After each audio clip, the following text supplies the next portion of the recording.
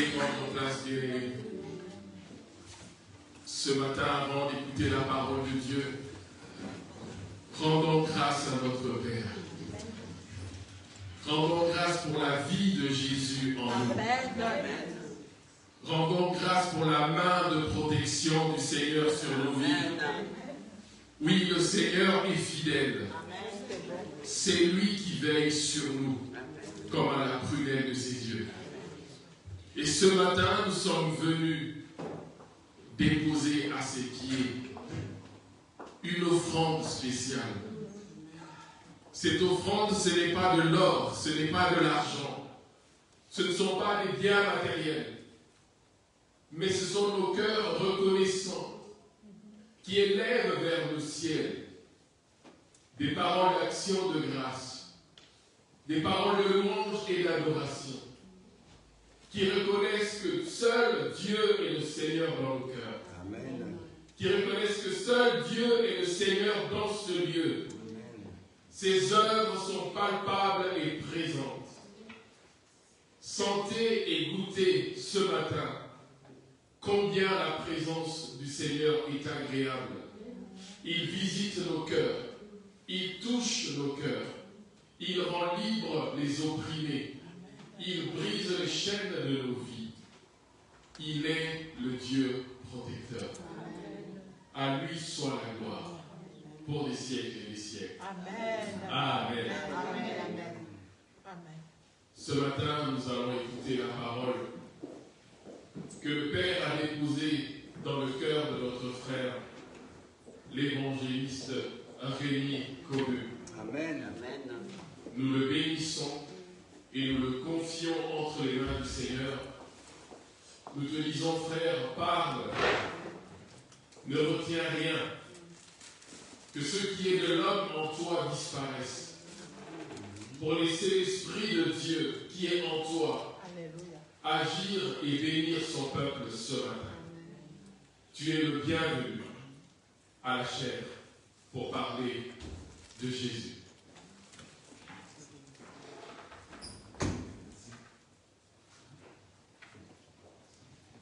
Amen. Merci, pasteur Jérémy, merci ancien. Merci, merci pour la confiance que vous m'accordez de pouvoir vous apporter la parole de Dieu. Amen. Amen. On va préparer nos cœurs, on va prier. La parole, c'est ce qui donne la force. Ce n'est pas le Saint-Esprit, mais le Saint-Esprit a besoin de que la parole soit dans nos cœurs pour que la force de Dieu puisse agir. Dieu ne fait rien sans sa parole. Et la parole de Dieu, l'Esprit de Dieu, le Dieu 3 fois saint, le Dieu à la triple sainteté a besoin d'une chose, c'est que nous soyons purs. Il a besoin que le péché ne soit pas la chose qui domine dans nos vies.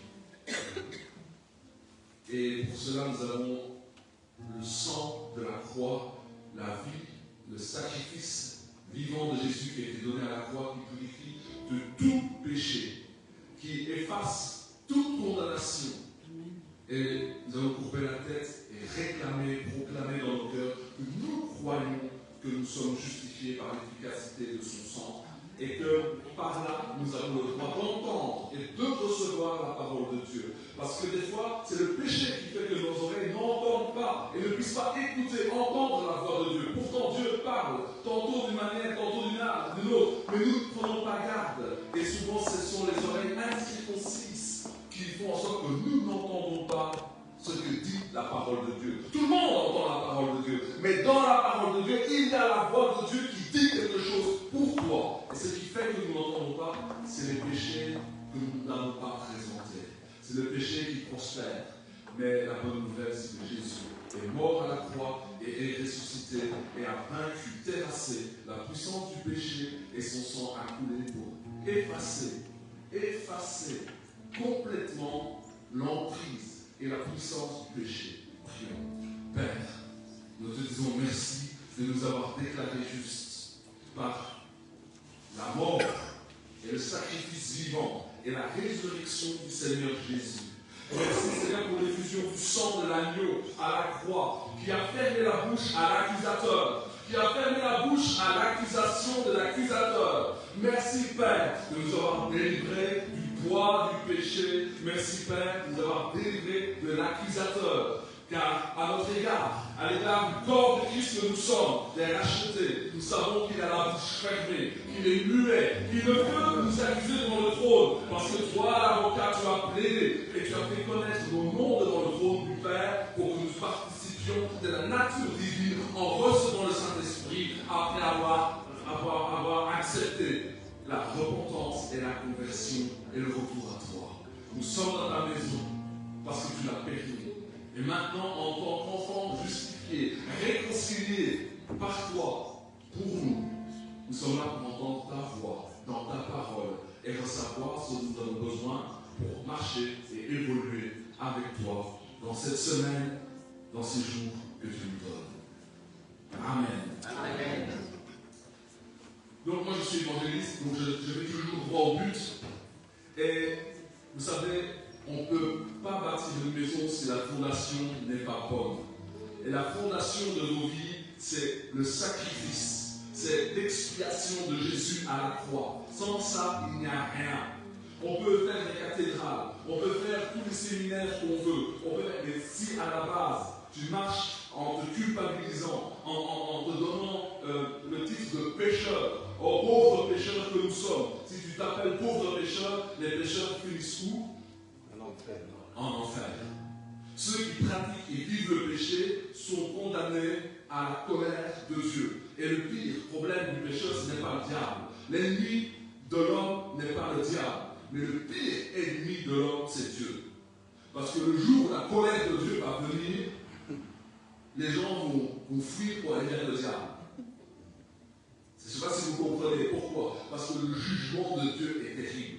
Au jour du jugement, nous serons mis à nu. Du début à la fin de nos jours, nous serons mis à nu et tout va passer au crible. Pour ceux qui n'ont pas Jésus.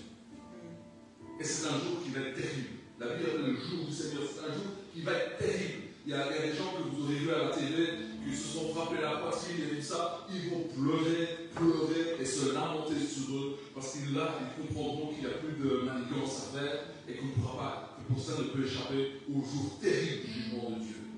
Et eux-mêmes se condamneront et diront oui, nous méritons l'enfer à cause d'avoir rejeté un si grand salut. Parce que beaucoup de cultes, beaucoup d'enseignants mettent l'emphase sur le diable. Mais si tu as un problème avec Dieu, qui peut te sauver de Dieu? Mais si tu as peut-être, comme certains ont rendu un culte avec, je sais pas, un Satan, ils ont été dans la magie noire et tout ça, eh bien là tu peux t'en sortir. Bonne nouvelle, tu peux t'en sortir. Parce que le diable n'est pas tout puissant. Il peut prendre des personnes, mais à un moment il est obligé de les lâcher. Pourquoi? Parce que le tout-puissant ordonne, relâche cette âme, parce que je vais me révéler à elle, me faire connaître, et lui faire connaître le salut par le sang et la croix de Jésus est un scandale. Comment un Dieu si grand peut s'incliner sur terre et mourir pour les pécheurs? C'est ça la folie de la croix. C'est ça un amour inconditionnel qui traverse et qui peut aller arracher les âmes du diable et les sauver. Ce salut-là brise les malédictions, brise les mauvaises paroles qu'on a mises sur vous. Pourquoi? Parce que vous êtes morts à ceux qui vous ont maudits, à cette société qui est maudissante, à cette société qui fait des classes sociales, cette société qui vous présente les uns plus valeureux que les autres. Pourquoi? Parce que si tu as plus d'argent, plus d'études, plus de diplômes, tu es mieux considéré. Dieu se moque de tout ça. Il ne connaît qu'une chose. A-t-il la crainte de mon nom? A-t-il la révélation de qui je suis et de qui est mon fils qui est ressuscité d'entre les morts pour lui? Si tu sais ça, tu passes à la royauté. Tu es fils de Dieu. Ok? Donc ça, c'est une base quand tu es là-dedans, tu te sens bien. Ok? C'est la base dans laquelle nous sommes. C'est la relation avec laquelle nous marchons en tant qu'enfants de Dieu, déclarés juste par Dieu. Pas par un prêtre, pas par un pasteur ou un évangéliste ou un prophète. Si tu as entendu la parole de Dieu, qui te dit ça à toi-même, alors tu es passé de la mort à la vie. C'est quand tu écoutes la parole de Dieu, dans la parole de Dieu, que nous lisons, que les théologiens étudient. Dans ça, il y a un fil conducteur qui est l'esprit qui va te dire, je te déclare juste. Nous nous convertissons parce que nous avons entendu cette parole un jour. Et quand tu es converti, tu as pleuré sur initiale qui te conduit au baptême, et c'est sur cette base-là que toute ta vie, quand tu verras un péché venu, tu vas t'en repentir. Parce que tu as été incapable de le faire une fois pour t'humilier comme il faut devant Dieu, donc tu seras capable de refaire cette action-là à chaque fois pour être en adéquation avec Dieu, le Saint-Esprit et la parole. Vous savez, on peut avoir toutes sortes d'enseignements compliqués. Si ça n'est pas posé dans nos cœurs, on ne peut aller nulle part. C'est ça un converti. Un converti, c'est celui qui entend la voix de Dieu et qui a entendu la voix de Dieu d'abord dans la parole et qui s'applique à lui. Et alors il reçoit quoi? Le Saint-Esprit de Dieu. Dieu en esprit vient habiter en toi. Et quand Dieu habite en toi, tu sais qu'il est là. C'est quelque chose qui n'est pas de l'ordre du doute. Vous comprenez? C'est une certitude. Ce n'est même pas une croyance. Parce que la croyance, vous savez, le français, il a ces mots. Les gens croient. Moi, je crois en Dieu. Non, moi, je ne crois pas. Nous ne croyons pas en Dieu. Nous savons que Dieu existe. Amen. Tu ne crois pas au soleil. Tu ne crois pas à la lune. Je crois que la lune existe. C'est évident. Tu ne veux pas. Si tu dis que la terre ou la lune n'existe pas, tu te mens à toi-même. Ce n'est pas de la croyance, c'est un fait. Okay?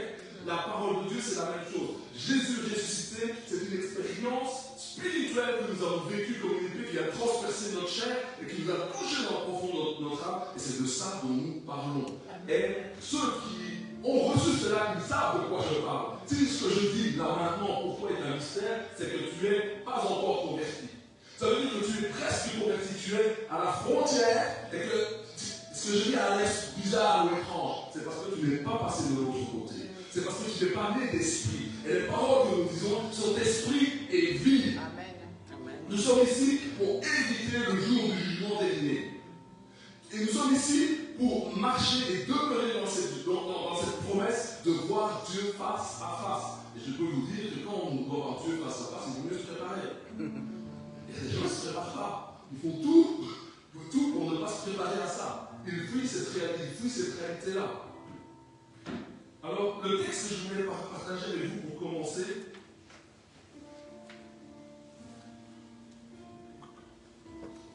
c'est 1 Thessaloniciens 1, 9 à 10. 1 Thessaloniciens, chapitre 1, 9 à 10. Car on raconte à notre sujet. Donc, il y a toujours des gens qui vont raconter toutes sortes de choses à ton sujet, en bien ou en mal. Ça, c'est le travail des journalistes.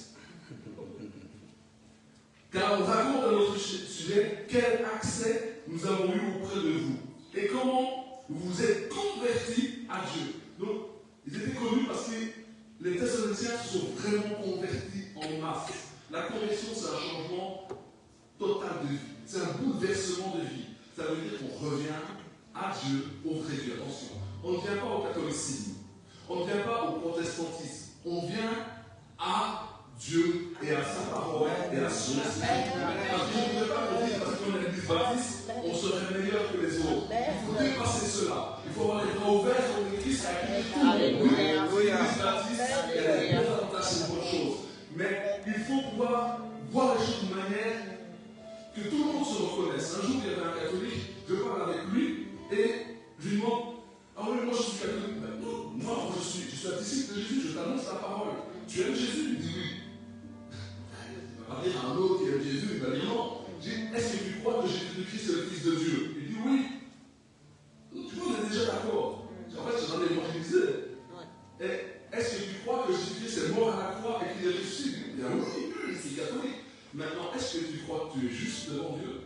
Il va dire: non, on est tous des pécheurs. Maintenant, c'est qu'il n'a pas la révélation. Il n'a pas compris, il n'a pas eu la révélation du sens profond de la mort et de la résurrection de Jésus, et il ne bénéficie pas du bénéfice de cela. Le bénéfice, c'est quoi? C'est que tu sais que tous tes péchés passés, présents, à venir ont déjà été réglés à la croix. C'est ça la bonne nouvelle. Alors, vous voyez, on peut être dans une église quelconque, et dans les églises évangéliques, il y en a qui se baladent pendant des années et qui ne reçoivent pas cette bonne nouvelle, et qui ne l'entendent pas. Ils l'entendent, mais ils ne la comprennent pas. Ils n'entendent pas la révélation de l'Esprit sur cette parole et le bénéfice de dire: ah, je suis justifié, donc je suis en paix. Donc le diable a été livré en spectacle à la croix et il n'a aucune puissance sur moi parce que Dieu l'a dépouillé de toute sa force et sa puissance. Parce que la puissance du diable s'exerce par quoi? Sur le péché. Et moi, je suis sans péché. Et toi aussi. Et nous aussi, parce que quoi? Parce que nous connaissons la vérité. Où a été traité ton péché? Où ton péché péché a été porté à la croix, sur l'agneau de Dieu. Ton problème est réglé là-bas. Alors, évidemment, quand tu sors, je ne me sens pas juste, mais ça, on s'en fout. L'évangile n'est pas venu pour te créer des bonnes émotions et des sentiments exaltés. Notre société aujourd'hui nous a pourri la vie parce qu'on est basé, toute notre vie est basée sur les sentiments, sur les émotions. C'est pour ça qu'il y a tant de dépression ici en Europe. Tandis qu'en Afrique, il y a beaucoup moins de ces maladies mentales, de dépression. Ça commence à arriver. C'est plus occidentaux. Pourquoi? Parce que c'est ma vie intérieure, les émotions, j'ai été blessé, ceci. Et on vit à l'intérieur de soi.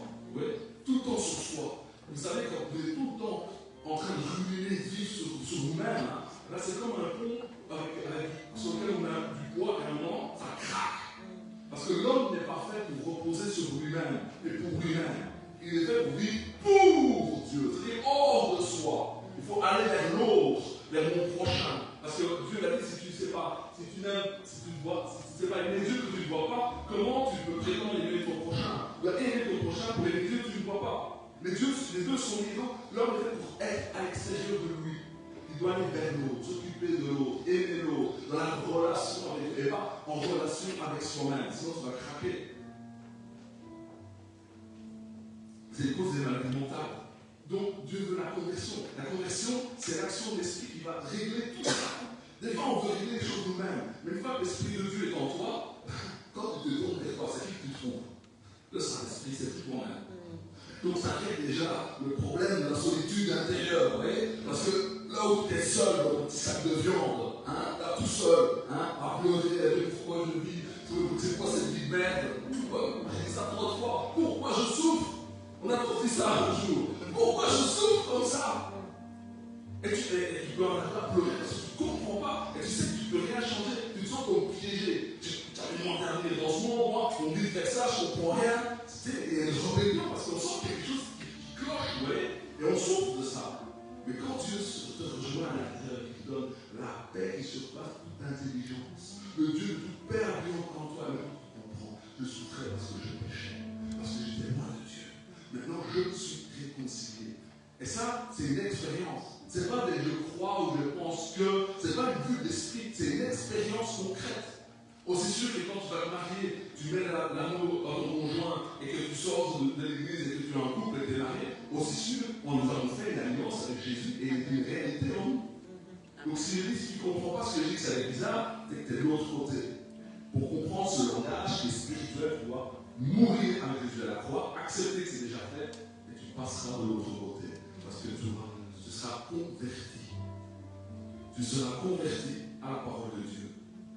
Converti, c'est retour à Dieu.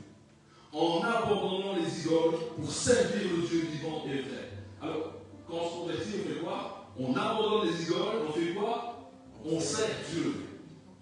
Parce que Dieu, il ne connaît pas c'est quoi des chrétiens. Dieu, il a des fils et des filles qui sont les disciples de Jésus. Un disciple, c'est quelqu'un à qui on transmet un enseignement, une doctrine, et on suit pour ressembler à son maître.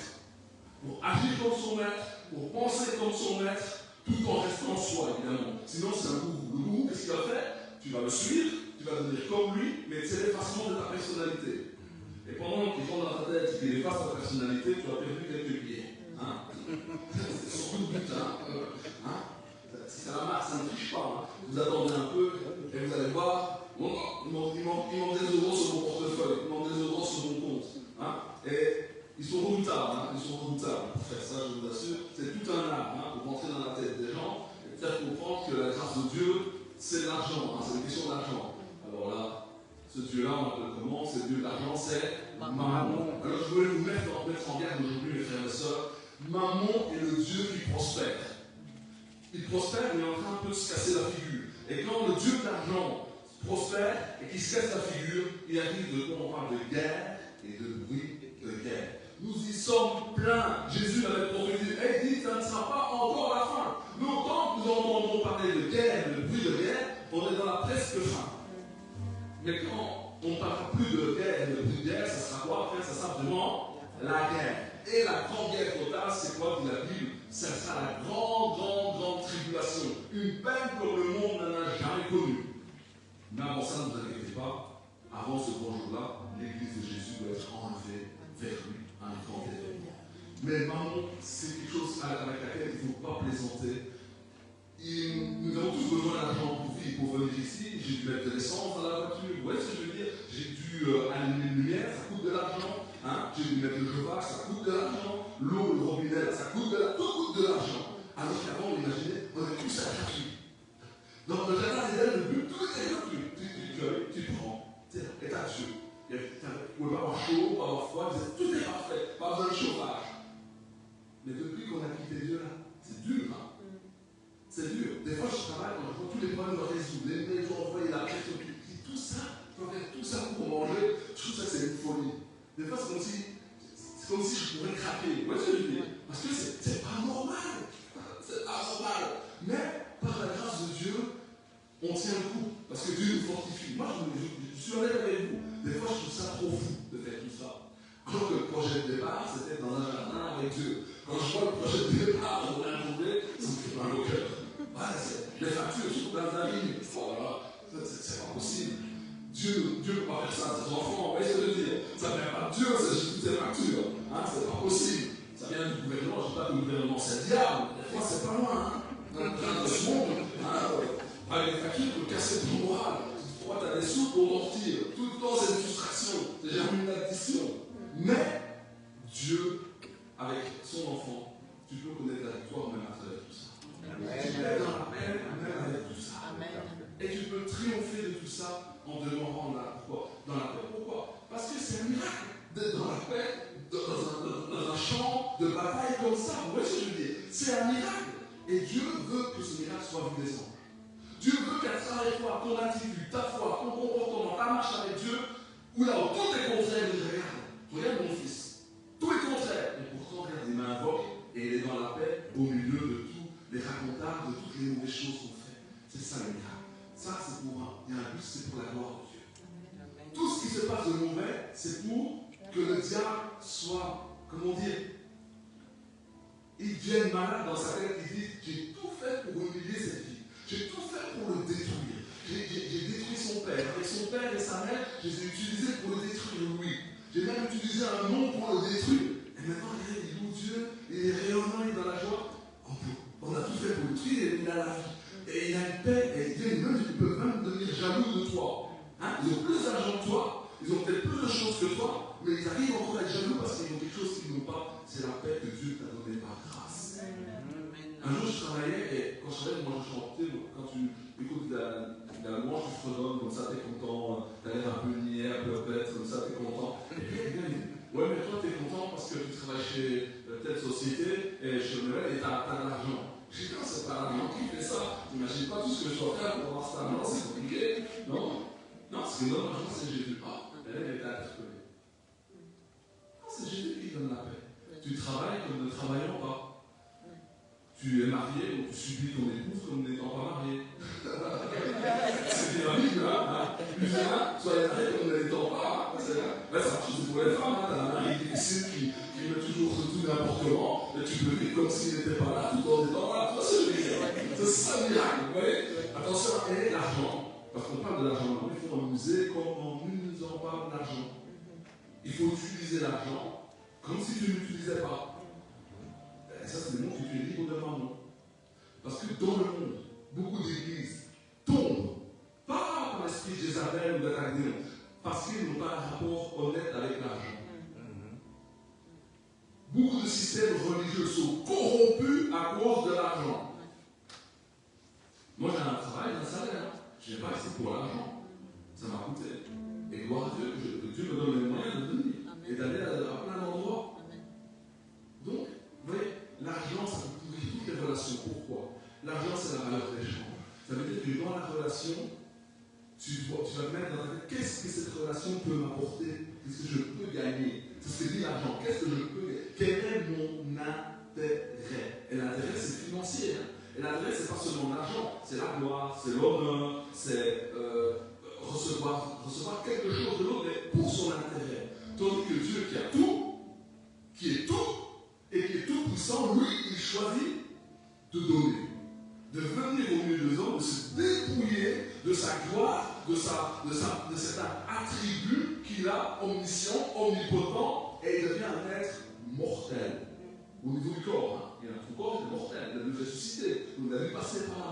Donc un Dieu qui vient rejoindre sa créature en se mettant à son niveau pour se révéler, pour marcher dans nos baskets, avec nos souffrances, pour rejoindre notre humanité. Donc ce n'est pas un Dieu lointain, c'est un Dieu proche. Et là, c'est à lui qu'on se convertit. C'est le Dieu, il n'y a pas un Dieu plus proche que ça, qui nous aime vraiment. Pourquoi? Parce qu'il s'est fait homme. Il est venu dans notre condition humaine. Il nous a rejoints. Parce que pour nous faire subir l'humanité, il devait aussi lui la subir. Vous comprenez? Tu ne peux pas demander à tes enfants d'avoir une certaine discipline ou certains traits de caractère que tu ne t'imposes pas toi-même. Vous voyez ce que je veux dire? Sinon, tu n'es pas crédible. Ou alors tu vas dire, moi, je n'arrive pas à faire ça, je ne suis pas comme ça. Mais je crois que si toi, tu pouvais traiter ce trait de caractère et comme ça serait mieux pour toi. Ça, c'est l'humilité. Vous voyez ce que je veux dire? Donc, même si on n'a pas, on peut quand même réclamer la chose avec sagesse. Vous voyez? Donc, abandonnons les idoles. Il y a plusieurs idoles. Donc, c'est des images que les gens adorent. C'est quelque chose qu'on met au-dessus de Dieu. Et quelque chose que beaucoup de gens trahissent, même pour. Regardez, vous avez vu ça sur les trucs TikTok. Il y a une femme, elle dit, surtout les femmes, les femmes aiment la sécurité pour développer un foyer ou une entreprise. Parce que des fois, les gens confondent foyer et entreprise, c'est pas la même chose. Et une église, c'est pas une entreprise, c'est pas un business. Un couple, c'est pas un business où on s'enrichit, peut s'enrichir sur l'autre ou profiter de l'autre. Hein, c'est la valeur d'échange qui fait ça. Hein. Les gens profitent. On profite de ton corps, on profite de ton argent, on profite de ta notoriété, on profite de ta famille, profiteur. Que des profiteurs. Mais ils ne donnent pas. Le profiteur, c'est comme un vampire. Le vampire, c'est le pire de profiter, il profite du sang des autres, lui-même, il n'en a pas. Hein? Et les gens n'ont pas de joie, ils vont se nourrir de ta joie. Hein? Ils vont se nourrir de ta joie. Et puis quand il va être triste, il est joyeux. C'est la joie. C'est un vampire. Vampire, on connaît. Il y en a trop de vampires. Et l'argent. Vous voyez, il y a des femmes qui disent, oh, s'il n'y avait pas 5 000 euros, moi je ne veux pas connaître ce gars-là. Quand vous écoutez le phrasé de la femme, de la jeune fille, vous voyez qu'elle n'est pas. C'est pas la femme, c'est pas un homme qui a 5 000 euros, c'est pas une femme comme ça qui va aller chercher. Vous voyez ce que je veux dire? Hein? Parce que les bourgeois, on va dire comme ça, les gens de la bourgeoisie traînent avec la bourgeoisie, vous voyez, il faut parler un peu pointu.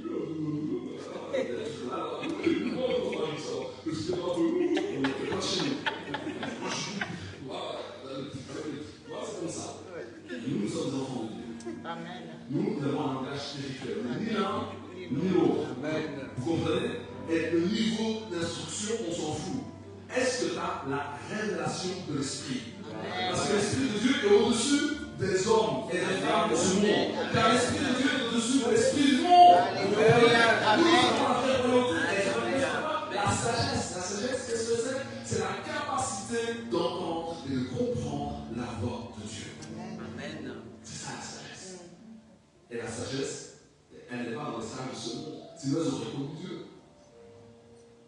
Et il dit, donc on doit aborder cette idole. Il faut traiter, mes frères et sœurs, vous demandez à prier avec Dieu, vous priez Dieu, dire Dieu, donne-moi d'avoir un rapport normal avec l'argent et de le dominer, de contrôler cette chose, sans que ce soit l'argent qui le contrôle. Parce qu'une idole finira toujours par vous contrôler dans vos pensées.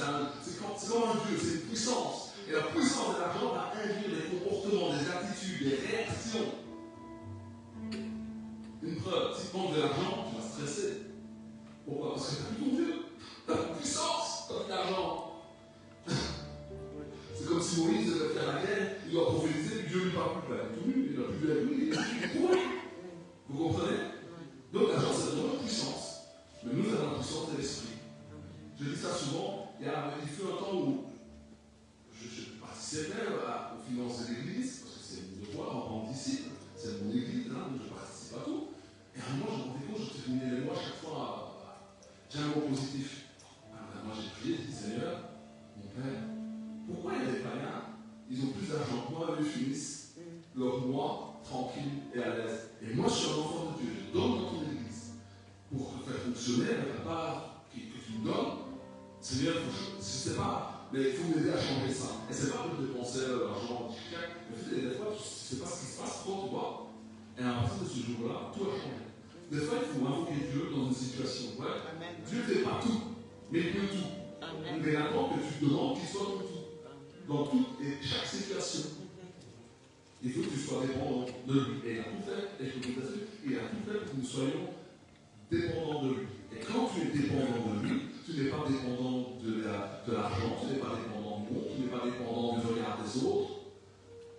Parce que quand tu es dépendant de Dieu, tu deviens indépendant du monde. Vous comprenez? Ça a l'air contradictoire ou paradoxal, mais c'est ça la pensée de Dieu. Parce que la pensée de Dieu peut devenir deux choses qui sont contraires l'une à l'autre. Et trouver un équilibre juste. Dieu accepte le paradoxal. Parce que sa pensée n'est pas limitée par est-ce bien, est-ce mal, gauche, droite, il est au-delà. Il est dans la vérité et dans ce qui est juste et droit. Alors il dit ici, en abordant les idoles pour servir le Dieu vivant et vrai. Quelqu'un qui ne peut pas servir Dieu dans l'église, c'est qu'il sert une idole. Si tu ne sers pas Dieu dans ton assemblée, c'est que tu es en train de servir autre chose. Il n'y a pas de neutralité dans cette affaire-là. Je vous assure, il n'y a pas de neutralité. Si tu ne sers pas Dieu, c'est que tu sers une idole. C'est que tu vis pour ton plaisir. Ton plaisir, ton idole, c'est toi-même, ton ego. Pour servir le Dieu vivant et vrai, et pour attendre des cieux son Fils. Une autre chose qu'on doit faire, qu'il doit avoir dans les cœurs de l'Église, et que les pasteurs et les enseignants doivent faire dans toute l'Église, une fois qu'on est converti, on doit attendre le retour de Jésus. Et souvent, si vous n'attendez pas le retour du Maître, il a dit ça en parabole, il y en a qui n'attendaient pas le retour du Maître, ils ont commencé à voler, à se maltraiter les uns les autres, alors qu'ils avaient été engagés tous par le Maître. Ils faisaient n'importe quoi, ils ont oublié qui les a engagés et qui arrive. Il revient. Et il va mettre de l'ordre. Donc, on doit être dans l'attente du retour, parce que le retour de Jésus, c'est la fin de tout combat. Vous comprenez? C'est le moment où tout est réglé. Alors, pour attendre son Fils, qu'il ressuscita des morts. La résurrection. Vous savez, dans le monde chrétien, quand on parle de résurrection, certains pensent qu'ils vont être des purs esprits, qui vont passer à travers les murs, vous voyez, qui vont être un peu comme un fantôme. Non. La résurrection, c'est la résurrection de la chair. Ce corps-là qu'on a va ressusciter. Évidemment, il y a des handicaps qu'il a qui ne mourra plus. Si vous regardez Jésus ressuscité, vous verrez ses avantages. Il passe à travers, en effet, les murs, il peut manger du poisson avec les disciples. Il peut se faire coucher. Mais quand ils l'ont vu, ils l'ont pas reconnu tout de suite. Il a dû faire une action par son esprit pour qu'on le reconnaisse. Parce qu'il arrivait, c'est comme si je vous dirais, vous savez, quand vous voyez un papillon, vous ne voyez pas toujours quelle cheville il était avant. C'est très difficile. Il faut vraiment étudier les papillons pour savoir quelle est la cheville rampante qu'il était par le passé. Je ne sais pas si vous comprenez, la nature est un langage. Il en sera de même le jour où nous serons ressuscités.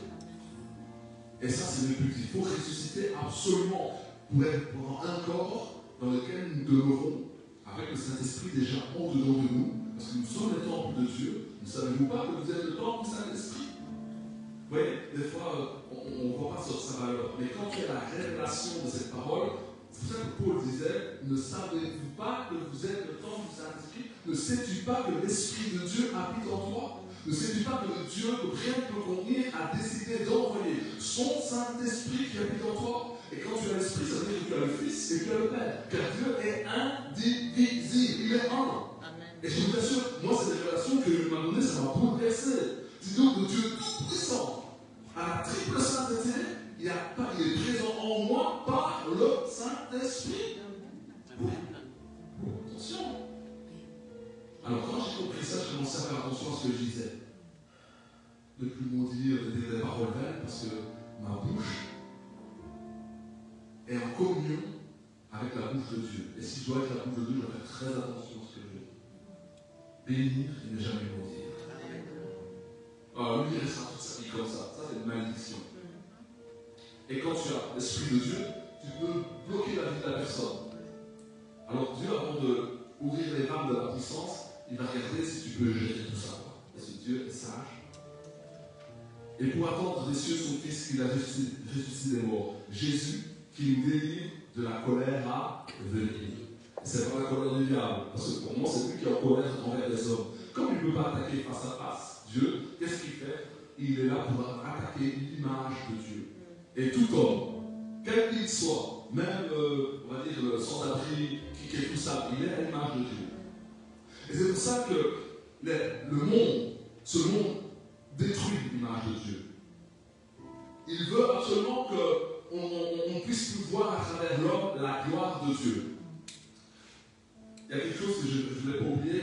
Quand l'Ancien, tantôt, a a fait sa prière de louange, d'exaltation, il a dit que c'était les grandes eaux qui avaient emporté l'armée d'Égypte.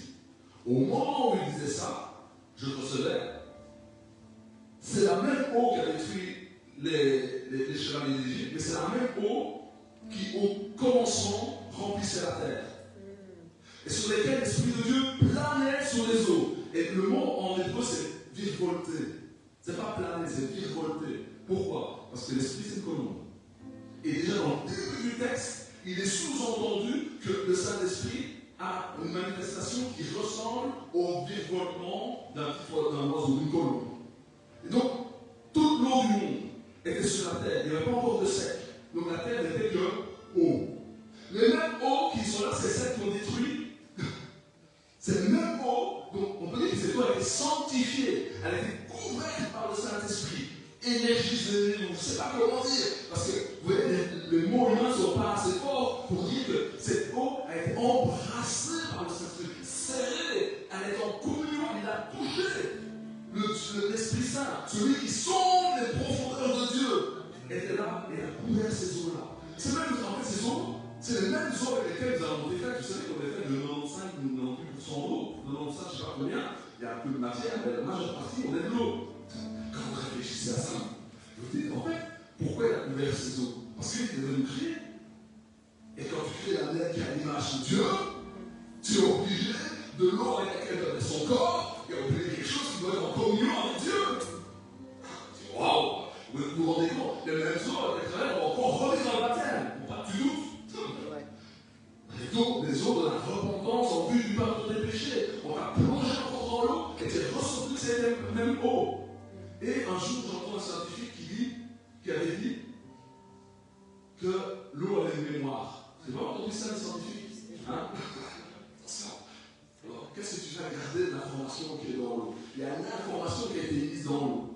Cette eau, dans quoi grandissons-nous? Dans le corps maternel. Et dans de l'eau. Donc ça veut dire que l'homme, l'être humain, doit avoir une intimité formidable avec le Saint-Esprit. Et le sang, c'est de l'eau. Hein. C'est de l'eau qui circule avec l'hémoglobine. L'eau, c'est de l'eau qui transporte tout ce qui est nécessaire pour faire le sang. S'il n'y a pas d'eau, mon sang il est sec, hein, c'est la poudre. Et alors, rien à vous, les vampires qui aiment le sang, donc c'est la vie. La vie, la manifestation de la vie physique dans ce monde, c'est le sang, c'est l'eau. Et Jésus, quand il est mort à la croix, qu'est-ce qui est sorti? Du sang et de l'eau. On peut dire que le sang, c'est de l'eau raffinée par un être vivant. C'est de l'eau qui est transcendée par un niveau supérieur. Cette eau-là, elle produit quoi? La vie. Si tu donnes ton sang, tu perds la vie. Donc Jésus a donné son sang pour donner sa vie. Donc quand l'Ancien dit parler de ça, c'est tout ça qui est venu dans la tête en un moment. J'essaie de voir en vous un langage spirituel. C'est pas qu'il faut tout comprendre. Il faut accepter. Nous, avec notre intelligence européenne, on veut tout comprendre. Est-ce que je comprends tout ce que je dis? Non, je fais des liens et je vois des réalités spirituelles qui sont là. Et ça me dit quoi au bout du compte? Qu'on est beaucoup plus proche de Dieu et de l'esprit qu'on imagine. Et que quand Dieu crée le monde, il y a une proximité de Dieu dans chaque moment de la création pour faire de nous des êtres à son image, à sa ressemblance. On voit le projet de Dieu qu'il a, on voit qu'il est un Dieu proche et il fait les choses d'une certaine manière et tout cela est révélé dans la Bible. Donc c'est pour vous montrer que ce livre, en disant cela, je veux vous dire aussi, c'est lisez ces Écritures. Parce que si vous n'avez pas la parole dans vos cœurs, ce genre de révélation ne peut pas vous saisir. Et le Saint-Esprit souffle, parce qu'il y avait l'Esprit sur l'Ancien qui était là. Moi, j'avais une parole, des paroles qui étaient là. Et quand l'Esprit a saisi l'Ancien pour faire sa prière, parce qu'elle était loin de l'Esprit, ça a eu une influence sur moi. Ça fait j'aimais cette parole qui était là. Et j'ai vu la beauté de la création, de l'importance de l'eau au niveau. Aussi, cette eau, c'est la même qui a jugé avec Noé, qui a rempli le monde, qui a été un jugement, mais qui était salutaire pour Noé. Pourquoi? Parce qu'il était dans le bois de la croix. C'est l'image, hein? Dans le bois de la croix. Qui le portait. Et donc, ce qui était un jugement pour l'autre, c'était salvateur pour Noé. Vous voyez? Pourquoi? Parce qu'une même chose peut arriver sur la terre, le feu peut venir, ça brûle les uns, mais les autres, ça les purifie. Et il faut que ta foi, ton engagement avec Dieu soit purifié. Dieu va permettre qu'il y ait des souffrances, des difficultés, des épreuves dans ta vie pour que tu te rends compte à toi-même, pour que tu fasses toi-même l'expérience que tu as vraiment la foi en Dieu. Parce que la foi en Dieu est un don de Dieu. Écoutez les frères, vous ne pouvez pas croire en Dieu si cela ne vous a pas été donné de Dieu. Donc la foi est ce quand on dit je crois, j'ai la foi que Jésus-Christ est le Fils de Dieu, qu'il est mort et ressuscité, et qu'il est glorifié et qu'il donne son esprit. Je crois cela, je sais cela. Ça, c'est parce que Dieu m'a permis de le dire. Et donc, cette aptitude ne vient pas de la chair du sang. Cette attitude n'est pas dans mon âme, dans laquelle il y a l'intelligence, les émotions, la réflexion, c'est quelque chose qui vient de l'esprit, mon esprit, l'esprit de l'homme qui a été régénéré. Parce que si tu n'es pas sauvé, régénéré par le Saint-Esprit, il y a 3 dimensions en toi. Le corps, l'âme et l'esprit. Et pour beaucoup d'hommes, l'esprit ne fonctionne pas. Le jour où tu te repens des péchés, pouf, l'esprit revient. Et l'ordre des choses, c'est dans l'ordre de grandeur. Le corps obéit à l'âme. Et l'âme doit obéir à l'esprit. Et ça, c'est un homme ou une femme accompli marche comme ça. Souvent, nous descendons dans la chair. On se renferme dans nos raisonnements, dans nos pensées. On quitte les hauteurs de l'esprit pour avoir le point de vue de Dieu. La clé de cela, c'est la prière, la communion avec sa parole qui permet de demeurer dans l'esprit. J'ai dit beaucoup de choses. Pourquoi j'ai dit beaucoup de choses, mais retiens ce qui est important pour toi. Il y a plusieurs niveaux dans l'église. Il y a des gens qui sont plus accomplis, donc il y a des gens qui reçoivent plus. Chacun a sa part. Donc, tu ne dois pas tout retenir. C'est une prédication ou un message comme celui que je te donne. Il y a de la révélation. Ce n'est pas pour que tu retiennes tout, mais retiens ce qui te touche. Il y a une chose dans tout ça qui va te toucher. Moi, je suis comme une mitrailleuse, je tire partout. Des balles, et puis quand il y a une qui touche, c'est pour toi. Moi, je ne sais pas ce qui touche, Dieu sait. Vous voyez? Donc, je dis beaucoup de choses. Ouais, les gens disent trop de choses dans la prédication. Oui, il y a trop de monde ici aussi. Il y a trop de monde aussi. Et ce serait malheureux que chacun n'ait pas sa part. Vous voyez ce que je veux dire? Ce serait malheureux. Et Dieu est grand, et Dieu est capable, avec un mot limité, de donner à chacun la part dont il a besoin. Donc, sa parole qui va lui être utile pour progresser dans le plan qui est le sien. Voilà la première partie. J'ai un autre texte. Moi, je fonctionne avec des textes. Je fais parler un texte. Il y a des gens qui font thèse, antithèse, démonstration. Ça, c'est des trucs des Grecs. Moi, je ne prêche pas comme ça. J'ai un texte et puis je vais avec l'inspiration de l'esprit. J'essaie au moins de vous apporter quelque chose de vivant qui va correspondre au temps présent. Autre texte. Apocalypse 14, versets 6 à 8. Je vis un autre ange qui volait par le milieu du ciel, ayant un évangile éternel, une bonne nouvelle éternelle. Donc, une bonne nouvelle qui vient d'en haut, qui vient d'une réalité qui n'est pas la réalité temporelle, donc qui est éternelle, qui n'est pas soumise au changement de situation, d'époque ou de société. L'évangile que les apôtres ont reçu, c'est le même évangile que nous devons recevoir, et il a la même puissance, et il n'est pas à changer ou à formater, parce que c'est un évangile qui est éternel. On n'adapte pas la parole au temps présent. Alors maintenant, dans la Bible, vous avez des choses culturelles qui changent. Oui. Mais quand on parle de l'évangile, c'est la bonne nouvelle du sens de la mort et de la résurrection de Jésus et de la révélation du projet de Dieu. Vous voyez, c'est des choses qui sont fondamentales. Ça ne peut pas changer. Pour l'annoncer aux habitants de la terre. Donc, mon frère, ma soeur, nous avons tous une mission que nous devons faire, au-delà de venir comme vous faites si bien le dimanche et à toutes les activités de l'Église, c'est annoncer l'évangile là où vous êtes. Je fais ça. Annoncer, c'est partager avec tous ceux qui vous entourent. Alors, il n'y a pas de bon moment pour le faire. Vous voyez, il y a des gens qui je parlais quand c'est le bon moment. Ton copain est en train de mourir chaque jour. Ça compte à vous la vie. 5, 4, 3, 2, 1. Et tu ne sais pas quand les comptes va s'arrêter. Et toi, tu crois qu'il y a un bon moment pour annoncer l'évangile à quelqu'un qui risque d'avoir sur quelqu'un qui est en train de mourir et puis toi, tu as le médicament. Et tu vois qu'il est en train de mourir, c'est signe sur un train de passer. Je vais lui donner le médicament en bon moment. Et tout de suite, il est en train de mourir, ça ne va pas. Il est en train de défaillir. Il fait n'importe quoi de sa vie, il trompe sa femme, il vole, il triche. Vous voyez ce que je veux dire? Il fait des choses malhonnêtes pour gagner de l'argent. En fait, il est dans les mains du diable. Ouais. Et le salaire du péché, ça conduit quoi? À la mort. La mort, c'est la séparation avec Dieu, jusqu'à la séparation éternelle avec Dieu. Donc, il n'y a pas de bon moment, c'est nécessaire. Tu vois, c'est pas une heure de bon moment, il est nécessaire. Et alors, si tu, dans ta tête, tu te dis, ouais, mais je ne sais pas comment le dire, c'est pas, on s'en fout, Dieu est assez puissant, même si tu bégayes et que tu dis n'importe quoi, Dieu arrivera avec ton n'importe quoi, tes bégaiements et tout, il arrivera à atteindre son but. Pourquoi? Parce qu'il est tout puissant. C'est lui qui avait parlé à un âme pour répondre à un prophète. Alors, t'es plus qu'un âme quand même, tu vois? Même si t'as été tu. Tu vois? Vous comprenez? Oui. Pourquoi on a des pensées? Parce qu'on est centré sur soi et sur ses capacités. Oublie-toi. Moi, ma force pour marcher par l'esprit, c'est que je suis exclu de l'équation. Dieu est tout puissant et je suis plus qu'un âme et Dieu est plus qu'un âme, donc ça va marcher. Ouais, ça répète le raisonnement. Hein. Mais la foi, c'est comme un enfant. Simple. Oui, simpliste. Alors, moi, j'ai évolué comme ça. Il y a un de Suisse, il dit, papa, je veux des gâteaux au chocolat. Et j'en ai pas. Papa, je veux. Et il insistait, quoi. Alors, tu sais, quand vous aidez vos enfants et que Dieu exauce toutes les prières, ben, un enfant, il croit que son père, c'est comme Dieu, il va donner tout ce que tu as besoin. Quoi. Donc, il persiste. Hein. Et je dis, alors, on va prier. On prie. 5 minutes après, quelqu'un qui frappe à la porte, une sœur de l'église qui vient et qui a pourquoi? Qui vient nous voir avec des chocolats. Alors, les enfants, je vous assure, ils croient en Dieu à fond. Quand ça commence par le chocolat, ça fonctionne bien. Vous avez à la fois, ils sont plus intelligents, vous avez des bonnes expériences. C'est ça l'avantage d'être dans une famille qui marche par la foi, une famille chrétienne.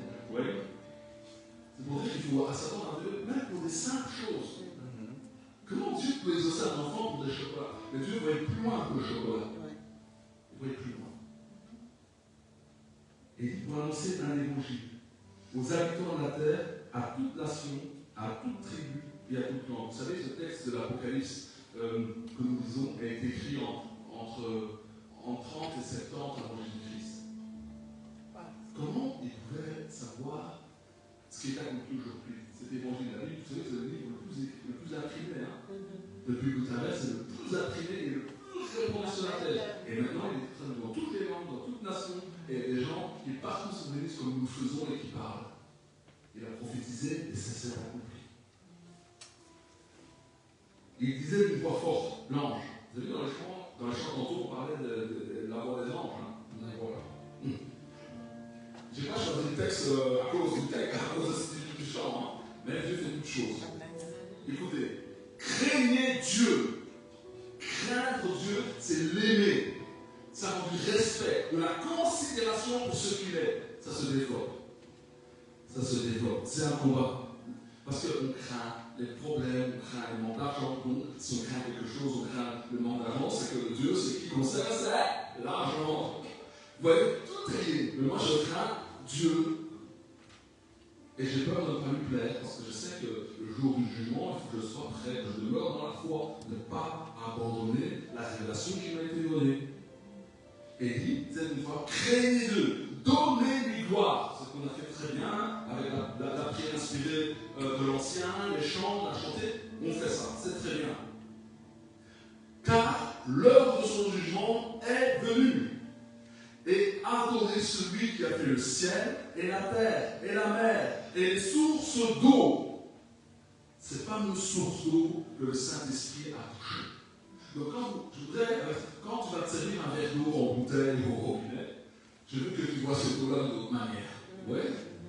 Alors tu sais, quand tu vois du combat dans ta bouche, imaginez, le païen prend sa bouche, il met une taille qui touche, il dit rien, il chante un peu, mais le chrétien dit, je vais prendre de l'eau que le Saint-Esprit a énergisée, qu'il a couvert, je me lave avec cette eau. J'enlève la saleté avec cette eau. La saleté, elle part, moi, je suis propre. Vous voyez, il y a un sens direct, mais ça va bien plus loin. Non, parce que je suis dans la révélation, dans la connaissance. Vous voyez? Alors, le monde prend un air merveilleux. Vous voyez? Ce monde capitaliste, ce monde de péché a une chose, c'est qu'il a tué le merveilleux. Et le merveilleux, le social amour, la science-fiction, vous voyez, moi, quand j'étais plus jeune, je me disais, c'est la vie, c'est trop nul. Moi, j'aimerais bien être dans Star Trek, dans des vaisseaux spatials, visiter des autres planètes, voir des extraterrestres, être dans un avion, la force du Jedi. J'étais fasciné. Et sur la Terre, c'est tellement nul. Ou quand vous voyez tout ça, ouais, à la fin, c'est la vie est nulle sur la Terre. Travailler, la vie est nulle. C'est parce qu'on a tiré Dieu. Et quand on tire Dieu, l'homme il a besoin du merveilleux, du sensuel, il a besoin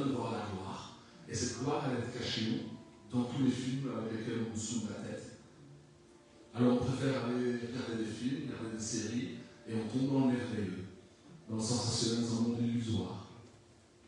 Pourquoi? Parce qu'en fait, plus on regarde ça, c'est parce qu'on manque de Dieu, en fait. C'est parce qu'on est ce qu'on trouve. Satan a présenté un palliatif à être en communion avec Dieu.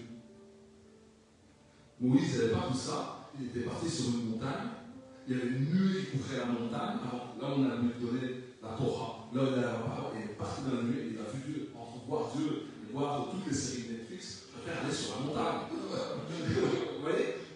Et Dieu va se révéler à toi, il veut se révéler à toi.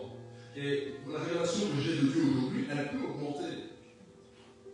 Augmenter, qu'est-ce que ça veut dire? On est tous nés de nouveau dans un tunnel obscur et sombre. Ça, c'est ta vie. Tu nais là-dedans, tes yeux s'ouvrent là-dedans, et puis pour certains, ils restent dans le tunnel avec les yeux fermés toute leur vie. Et il y en a qui voient la lumière, qui ouvrent un peu les yeux, tu vas voir, non, je veux rien voir, je suis bien comme ça. Toi, tu ouvres tes yeux seulement, tu vas voir, il y a une lumière au bout du tunnel. Je te prends pas, t'es un menteur. Non, moi, j'ai bien les yeux fermés. Et toi, quand tu t'es converti, tu vois la lumière, là, tu restes là, parce que la lumière, je vois un anneau là devant moi, elle est belle la lumière, tu regardes. Et puis il y a un autre qui te dépasse dans le tunnel, et hey, t'as des nouvelles, oui. Ah, tu vois ce que je vois? Oh, je vois la lumière. Elle dit, viens, avance. Moi, j'étais loin derrière toi. Et plus j'avance, plus c'est pour non, je bouge à rien. Je reste assis pour rien toucher, pour rien changer à ma vie chrétienne, à mes objections, à ma façon de voir les choses. Maintenant que je vois la lumière, c'est bon. Tu vois, c'est les gens qui veulent passer avec Dieu, ça. Et puis il y a des gens qui sont un peu téméraires, un peu casse-cou, ils disent, ouais, j'avancerai encore bien. Et puis plus tu vas avancer, là c'est un combat. Quand tu te mets à avancer pour voir mieux la lumière devant, il n'y a pas un truc sur la tête, tu vas te prendre les pieds dans un truc, il y en a un qui a oublié quelque chose là-bas, tu vas te prendre les pieds dessus, tu vas te taper dans l'orteil comme si tu tapais l'orteil là-bas, en sortant dans la douche là, mais ça ne peut pas annuler ton désir de voir la lumière de mieux en mieux. Amen. Et il faut avancer, absolument. C'est ça la sanctification. La sanctification, c'est pas plus que ça. Parce que plus tu vois Dieu, tu vois pas tout, hein, tu es toujours dans le tunnel. Mais est-ce que l'autre qui est resté là-bas, assis, là, qui pleure et qui est content de ce qu'il voit, est-ce que ce qu'il voit est vrai? Oui, ce qu'il voit est vrai. Mais tu ne peux pas lui expliquer ce que quand tu vois 10 mètres à l'avance, tu ne peux pas le soulever de force et le tirer en rampant. Non, tu vas contre lui, tu peux même tuer sa foi. Mais on doit essayer de lui dire, hey, avance. Et plus tu avances, et là c'est le moment du combat quand tu avances dans cette lumière. Et c'est toujours la même personne qui est de l'autre côté. Mais plus tu avances, plus tu distingues des aspects que tu ne pouvais pas avoir avant. Et ça, c'est ce qui pousse à avancer dans la foi, c'est l'amour de Dieu. Et quand l'amour de Dieu s'arrête, on reste avec une révélation de Dieu qui est celle qu'on a cumulée. Vous voyez ce que je veux dire? Et cette vie de sanctification, la sanctification, c'est quand tu te mets à part pour Dieu, plus tu avances vers la lumière, plus tu avances vers la lumière, plus ton amour grandit pour Dieu, parce que plus tu le connais. Et le diable fera tout pour que tu t'arrêtes dans cette révélation de Dieu. Que tu sois satisfait au moins, au pire, hein, si tu as ouvert les yeux, c'est déjà foutu pour lui, de te sauver. Mais après, ce qu'il fera, c'est que tu restes avec la révélation de Dieu. Je vous parle en image, parce que je ne peux pas vous expliquer Dieu. Je vais tenter quand même. Ouais, on ne peut pas, mais je sais quand même. Ça, c'est Dieu. Un jour, je lis Exode 20.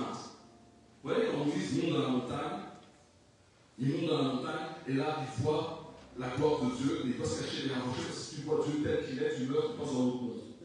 Alors Dieu me dit, je vais te mettre dans un rocher, je vais passer, quand tu serais de dos, tu pourras te lever, et tu vas regarder, tu verras de dos. Il ne faut pas penser comme ça, tu verras un aspect de moi que tu peux supporter sans mourir. Et ce qu'il a fait Moïse dans toute sa vie, c'est ce qu'il a vu là-bas. Ça l'a imprégné, ça l'a bouleversé. Il savait avec qui il marchait. Des fois, nous chrétiens, nous ne réalisons pas avec qui nous marchons. Nous ne réalisons pas que ce Dieu-là, il habite en nous par son esprit. Et nous ne tirons pas les conclusions de cela. Vous comprenez? On est dans je crois. Non, il faut être pratique. Si tu es un technicien, tu as un outil, une machine, c'est pour l'utiliser. Tu as une tondeuse, tu ne coupes pas ta pelouse au ciseau. Hein? Et ta tondeuse à côté, c'est ridicule. Tu as la foi, tu as un Dieu tout-puissant, et pourtant, tu as des ciseaux, tu de régler tes problèmes avec un ciseau. Tu vois? Alors, tu as un Dieu tout-puissant qui est là, comme une tondeuse, qui va tout régler. Beaucoup plus vite, beaucoup plus simplement, sans te casser le dos. Et là, je dis, parce que moi je prends Dieu au mot. Si tu as permis à Moïse de voir ça, et que moi je me dis ça, ça veut dire que moi aussi je peux avoir ma montagne et voir quelque chose de toi. Vous comprenez ce que je veux dire? Dieu n'a pas mis ça là juste pour dire, regardez Moïse, voilà ce standard que personne ne pourra atteindre, je le mets quand même pour vous humilier tous. Hein? Mais comme ça, moi j'ai dit, je ne ferai rien avec toi. Moi je n'ai pas pris ça comme ça, c'est pas mon Dieu ça. Mon Dieu c'est un Dieu d'amour qui partage. Amen, amen, amen. Et qui veut se reconnaître, qui vient vers l'homme. Et donc je dis, Seigneur, je crois que ce que Moïse a fait est vrai, moi aussi je vais voir quelque chose. Alors là, je vous assure, je m'endors, mon corps dort, mon âme est en repos, mon esprit est éveillé. Amen. Et dans mon esprit, pendant la nuit, je vois mon corps qui est là, je le vois. Je vois mon épouse qui était là, à ce moment-là, elle était fiancée.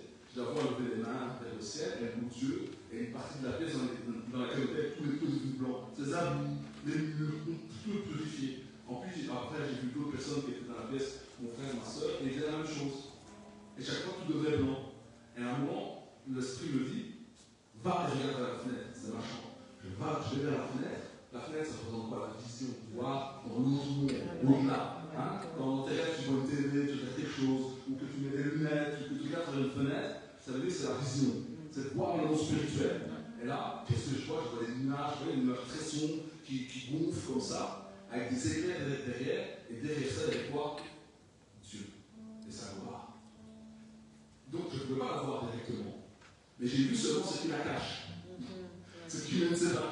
Et je l'assure, ce qui cache la gloire de Dieu, c'est déjà quelque chose. La gloire, c'est l'intimité de Dieu. C'est comme les habits, ça cache la gloire de l'homme et de la femme. Quand on est époux et qu'on est marié, l'homme connaît la gloire de sa femme, et la femme connaît la gloire de l'homme, dans un sens profond. Là, si tout le monde comprend. La gloire, c'est aussi comme on est vraiment dans toutes les situations de l'affinement marié. Mais la sexualité permet d'être vraiment soi, d'un certain côté, dans certains aspects. Et l'autre se révèle à toi dans ce qu'il est. Le mariage est une très bonne chose. Et ça ne peut pas se donner n'importe comment. Parce que c'est une question de gloire, une question d'intimité. On ne peut pas faire de l'argent avec ça. Pourtant, le monde le fait. Et là, j'ai vu la gloire de Dieu. Et là, cette gloire, ces nuages qui étaient là, il y avait des éclairs, j'ai entendu une voix qui me parlait. Cette voix, c'était comme la Bible dit, la voix des grandes eaux. C'était comme un bruit. Je ne pouvais pas entendre et comprendre ce qui était dit. Mais, quand j'ai entendu cette voix résonner, c'est comme s'il y avait 1000 voix dans une voix. Je me suis sorti de mon sommeil directement. Enfin, mon esprit était déjà éveillé avec l'expérience. Mon âme et mon corps sont. Et je suis prosterné et j'ai commencé à louer Dieu. Cette révélation de Dieu a eu un impact dans ma vie. Il y a un avant, un après, c'est quelque chose qui a bâti ma vie. Vous voyez ce que je veux dire? Mais pourquoi? Parce que d'abord, il y a la parole. Et parce qu'il y avait la parole, Dieu m'a accordé ce qui est conforme à sa parole, et le Saint-Esprit est venu me donner une expérience conforme à cette parole pour bâtir ma vie. Dieu ne fait pas ça pour sensationnel, mais il veut se faire connaître. Et ça fait un avant et un après. Donc je vous encourage par là à grandir dans la révélation de la gloire de Dieu, de sa nature. Et je ne suis pas un être extraordinaire, je suis juste quelqu'un qui a pris Dieu au mot. Vous voyez? Et ça m'a impacté. Et là, le monde est devenu plus merveilleux pour moi parce que Dieu est devenu quelque chose de réel, de concret. Et Dieu est esprit. Je vais vous donner une deuxième chose qui m'ont bouleversé aussi. Un jour, et ça nous encourageait à prier, à jeûner. On était dans une autre assemblée baptiste chez le pasteur Ernest. On était chez lui avec mon épouse, c'est là que j'ai rencontré mon épouse. Et tous les samedis, il y avait des réunions de prière. Il y avait une fois par mois, on jeûnait de 6h du matin jusqu'à 18h. Et on se réunissait, on priait pendant 1h30.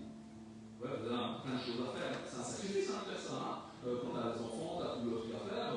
Pas manger, et puis après, on va passer juste 1h30. On l'a fait, tous ensemble. Et plus ou moins non. Et à un moment, Dieu a commencé à se manifester à des réunions de la présence de Dieu qui venait. Et un jour, ça a commencé à monter les crescendo. Et donc, ceux qui étaient super se disaient, il se passe des choses, on va aller. Et après, en plus de monde, parce qu'il y a des gens qui guérissent, il y a des choses, il y a des miracles. Et un jour, on se modérait comme ça, et avec un autre frère, qui est pasteur, on modérait, on s'alternait, on partageait les tâches, parce que voilà, moi je fais une chose, lui faisait une chose, on collaborait vraiment simplement et tout ça, dans un bon esprit, tout ça de complémentarité, et à un moment, le Saint-Esprit est descendu. Et je vous assure, le Saint-Esprit, il est en nous, hein, il est en nous. Mais ce jour-là, je ne sais pas comment expliquer, j'ai l'impression qu'il tombait du ciel comme un missile. je sentais, comme s'il y avait des antennes, c'est mon esprit, je sens qu'il y a quelque chose qui descend. Et plus ça descend, plus je vois dans l'assemblée, les gens commencent à pleurer. Il y avait une sœur, je l'avais encore dans la chorale, elle était à genoux, elle frappait le sol, et elle disait, je suis une pécheresse, je suis une pécheresse. Pourquoi? Parce qu'il y avait la lumière de Dieu qui venait pour l'éclairer, et elle a vu des aspects de sa personne qu'elle n'avait pas encore traité. Qu'est-ce qu'elle a fait? Elle a traité le truc tout de suite. Elle s'est traité tout de suite. Elle n'a pas chipoté. Mais il y avait des gens dans l'église qui étaient comme ça. Ils regardaient, ça c'est spectateur, il y en a toujours. Ils regardaient, lui il était comme à l'extérieur de tout ça. Est-ce qu'il ressentait tout? Je ne sais pas, je n'ai jamais vu de moi. Mais tu voyais qu'il était avec ce bout, il regardait, il disait, mais ils sont fous. En fait, elle a la présence de Dieu qui descendait. Mais la chose qui était caractéristique, c'était tout le monde s'est repenti. Et moi j'étais debout, j'observe. Et quand c'est la nuée de Dieu, c'est la présence de Dieu manifestée, parce que Dieu est toujours en nous, mais il y a des moments en particulier où Dieu va manifester sa présence par le Saint-Esprit. Parce que là, le Saint-Esprit, qu'est-ce qu'il fait? C'est lui qui vient manifester la gloire du Père et du Fils d'une manière même tangible. Et là, je vous assure, c'était tellement tangible. Je tremblais comme ça. Tout mon corps tremblait, je tressaillais. Mes jambes sont entrechoquées. Là, j'ai compris ce que disait la nuit pour le prophète. Je sentais les jambes des familles. Mais pourquoi c'est concrété? Il y a un aspect au Créateur qui est en train d'être révélé.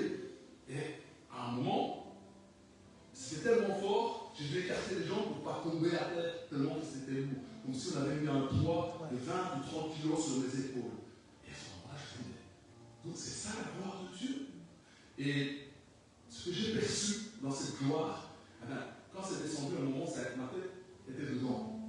Quand ma tête était dans la nuée, vous ne pouvez pas voir, il n'y a pas de nuage, mais quand j'ai senti cette gloire qui descendait, que ma tête était dedans, c'est comme si, je les ai avec des mots, c'est comme si vous mettiez la tête dans la mer du Nord, c'est pas vous la mer du Nord, on va dire, en Guadeloupe, de l'eau bien claire, bien chaude, c'est comme si tu mettais ta tête dans la mer, et que au fur et à mesure que tu fais rentrer ta tête dans la mer, tu sens tous les contours et les détails du fond de la mer et toute la quantité d'eau et tous les poissons qui sont dedans en un moment.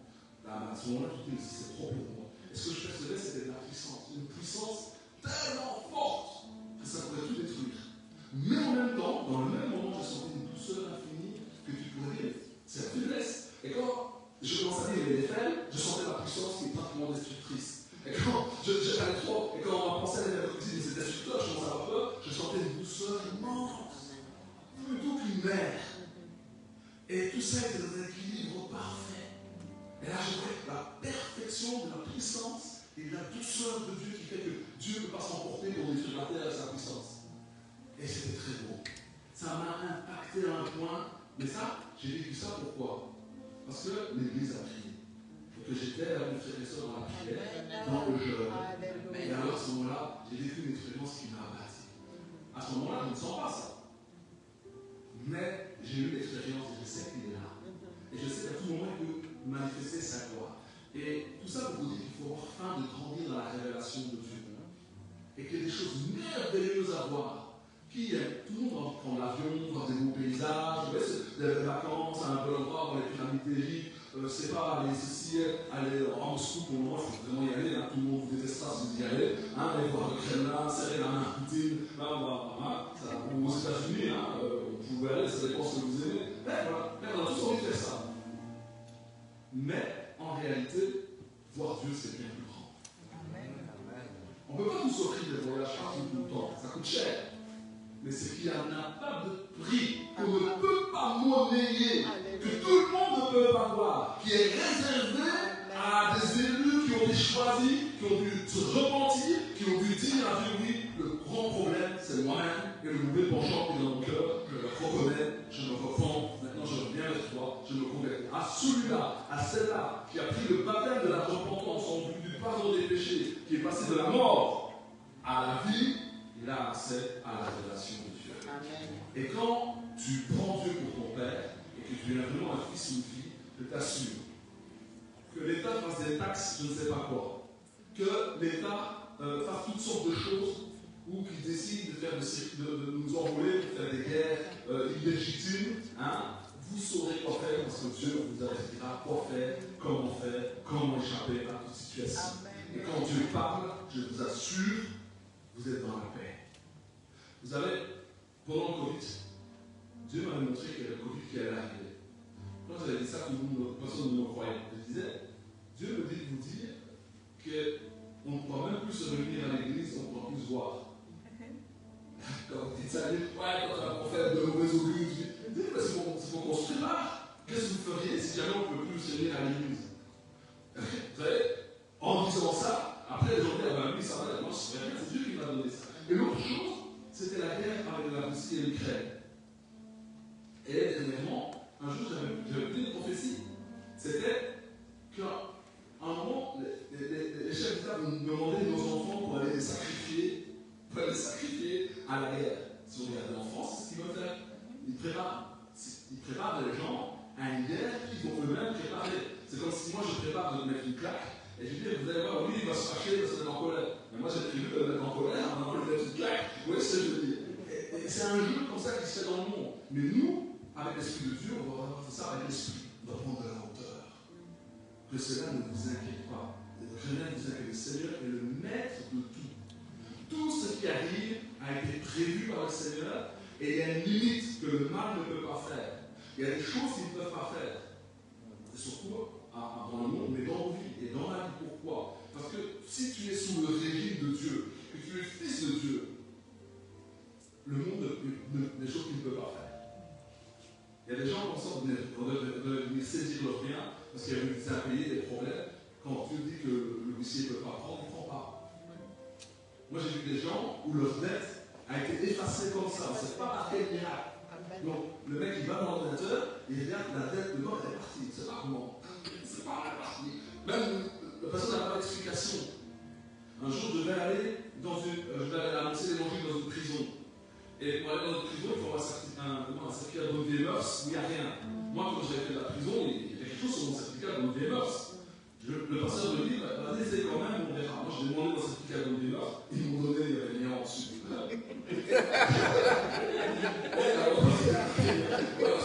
il n'était pas marqué néant, il y avait des trucs.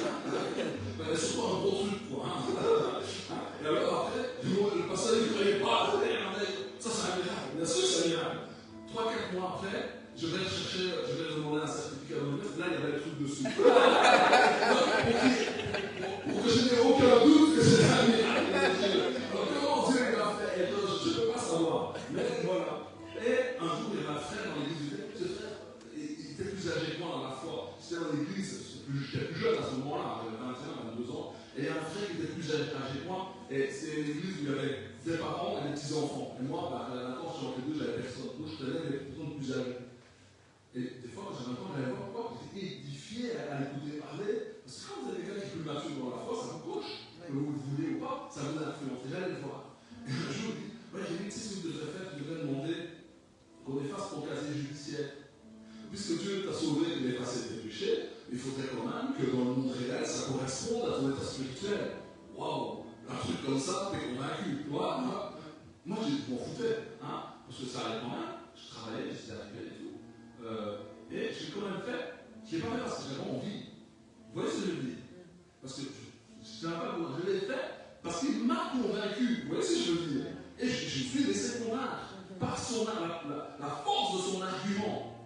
J'ai fait les démarches. Il m'a même aidé à rédiger la lettre au procureur de droit. Parce que c'est le procureur de droit qui peut faire ça. Et lui, je ne sais pas, c'est un fanatique de la Belgique. Enfin, j'exagère. Il connaît toutes les lois belges, la royauté, la constitution. C'est un homme de culture, vous voyez?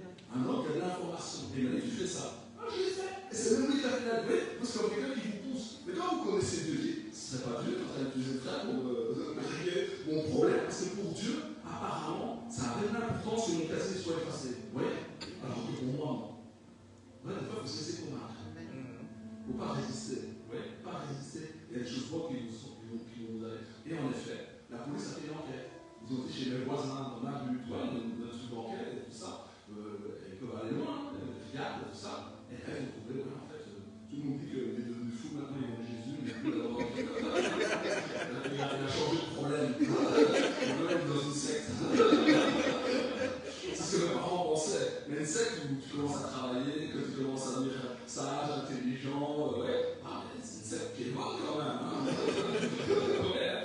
Quand tu changes, et puis ma maman disait toujours, toi, on dirait que tu as changé de famille, tu appelles tout le temps Dieu ton père, donc tous tes parents, quoi.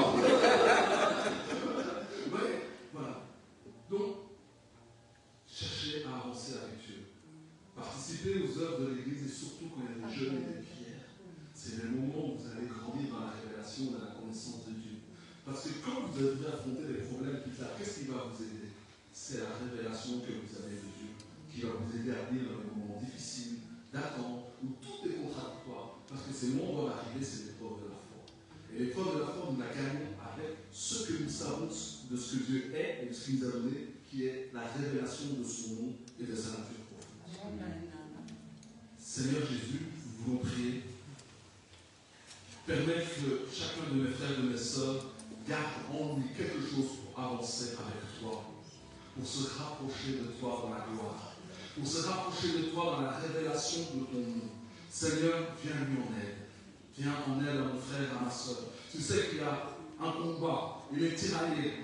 On est tiraillé, il est tiraillé entre marcher avec toi, le monde et toutes ces choses. Mais Seigneur, toi qui as vaincu le monde et l'esprit de ce monde et l'esprit de Mammon, qui a vaincu l'amour de l'argent, qui a vaincu toutes les idoles, Seigneur, révèle-toi davantage à celui qui a déjà une révélation de toi. Celui qui est entre les deux, aide-le, soutiens-le pour qu'il vienne à toi d'un cœur entier et complet, pour qu'il parte de la mort à la vie et à la réconciliation. Ainsi j'ai prié. Amen. Amen.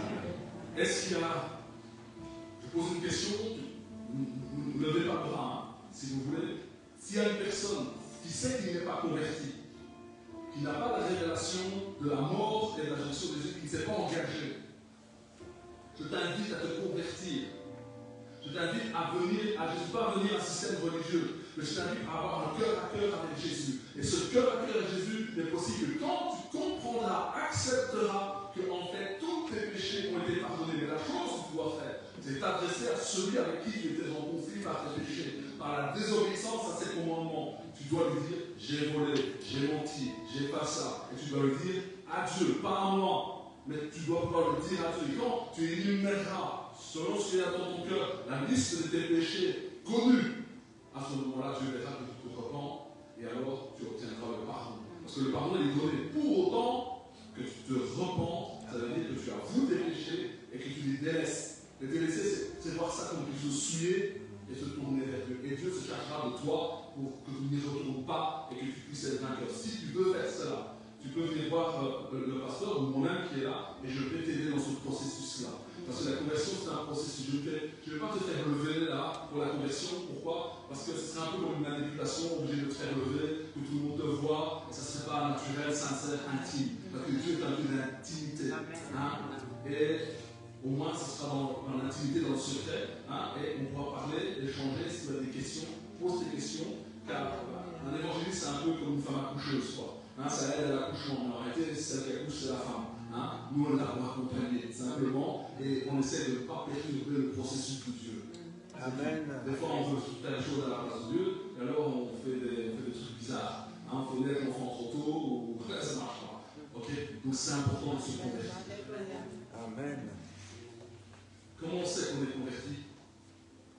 Comment tu sais que tu es devenu père? Parce que tu as assisté à l'accompagnement de ton enfant et tu fais toi un père. Tu as changé de statut, ça s'impose à toi. Tu n'as pas le choix. Ben, la conversion, c'est la même chose, ça s'impose à toi, parce que tu sais que tu as cet esprit, tu sais que tu es passé de la mort à la vie. Si tu ne le sais pas, c'est qu'il manque quelque chose. Seigneur, je recommande toute personne dans cette assemblée qui est là, qui est dans un processus de conversion.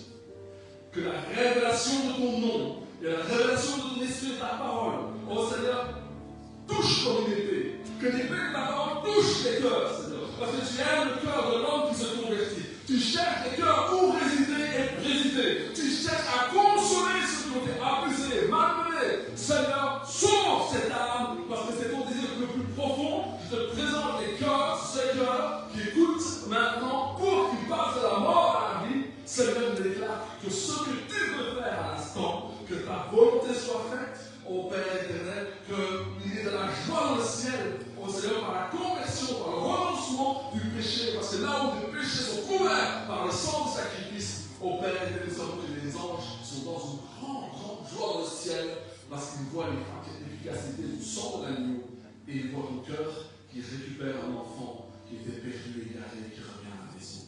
Père, fais-le pour la gloire de ton nom, et afin qu'une multitude de péchés soit effacée, et qu'une âme goûte à la bonté de ta présence. Ainsi j'ai prié. Amen. Amen.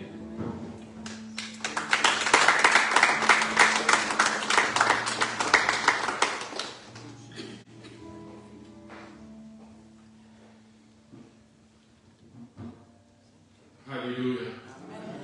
Est-ce que vous avez été bénis ce matin? Amen. Cherchez à connaître le Seigneur davantage. C'est le titre. C'est là le but de notre marche chrétienne. Connaître la profondeur de la mer, s'enfoncer toujours plus profond. À notre conversion, mes frères et sœurs, nous trempons nos pieds dans l'eau. Mais le Seigneur nous appelle à quitter le rivage, à s'enfoncer encore plus profond dans la mer, pour connaître son amour, pour connaître qui il est pour nous. Dire qu'il est tout puissant parce qu'on l'a entendu, c'est une chose. Mais dire qu'il est tout puissant parce qu'on l'a vécu et on le sait, c'en est une autre chose. Et croyez-moi, celle qui connaît la révélation du Dieu vivant, celui-là a sa vie bouleversée à jamais.